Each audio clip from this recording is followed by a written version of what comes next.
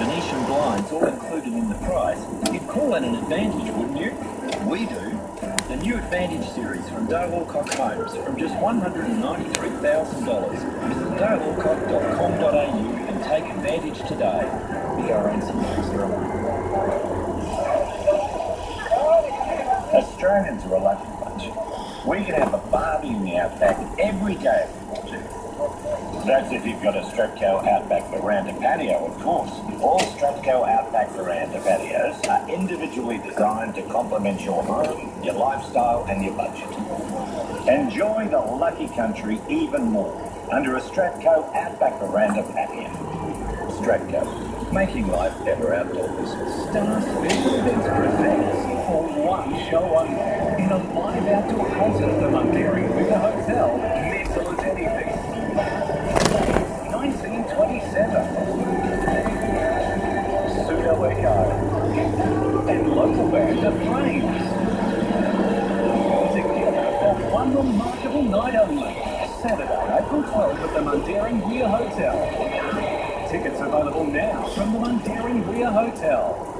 Australia, it's time to get out those tuxedo t-shirts and get ready for Macca's M Selections range. Now with new chicken sticks or rolls, tender chicken coated in light crispy crumbs, a toasted sourdough roll and your choice of citrus mayo or barbecue and Swiss cheese, if you please. Better polish up your finest trainers because it's a little bit fancy.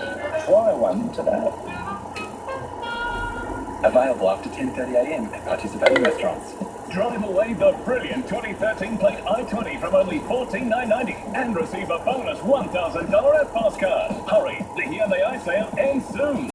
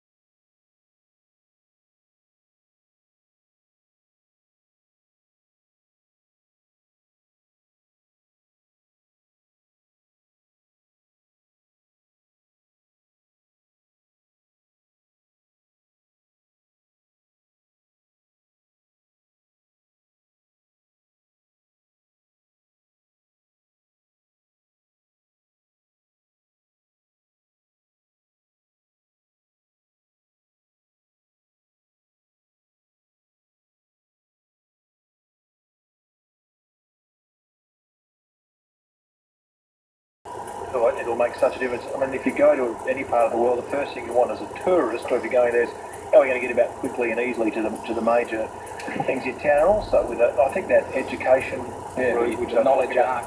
Knowledge arc would be great. So airport into the city and then the knowledge arc, so up Kings Park Road, then past the major hospitals, university, back along the river so tourists can see the... Dare we dream, Tomo, dare we dream of something so it would be obvious. It would be awesome, because that would ease up a lot of those congestion parking problems around the hospitals, would give the people actually work there more areas to park, the visitor can get in and out really quickly around by a parking spot and pay the extra money. So it's all tick, tick, tick. I know it is. It's just about committing to it. That one there that we're talking about, 1.7 billion, right? That was the first leg that they did. That was about 20k, and that was all the way to the airport for Seattle people. Now, it's comparable. Ours was 1 billion for max light rail, so it could have been done. It's just commitment. They do have a lot of water around Seattle, and it is hilly. We said they have a ton of different things. So, all right, so start on the footy scene. Oh yeah, here we go. All down in something like 6 hours time. Footy tips. I've got my footy tips in the We're footy tipping for TAB. It's also sponsored by 882 6PR, and I've got mine. You know, it's free to register. So thewest.com.au/footy tipping. There's 300. So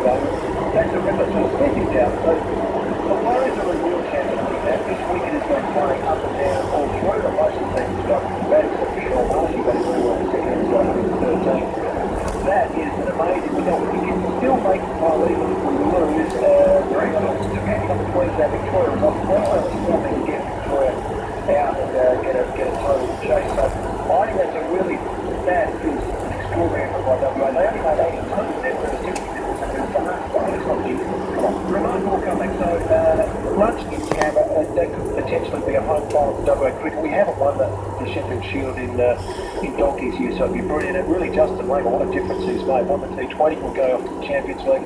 We could do the double and get the Sheffield Shield. Australia, WA cricket is well and truly back. All right. No, let's talk about football. Let's take Collingwood. I'm sorry? Interesting. I think Collingwood are going to be really good this year, but they're really starting behind the 8 ball. They've got some good players who are out. Ben Reid out, that's a significant out for them because he's a tall key positional athlete who can swing from one end of the ground to the other. An outstanding player. I don't think he's actually ever recovered though from getting an absolute spanking from Tom Hawkins in the grand final. Hawkins absolutely belted him. He was almost invincible, but had some injuries.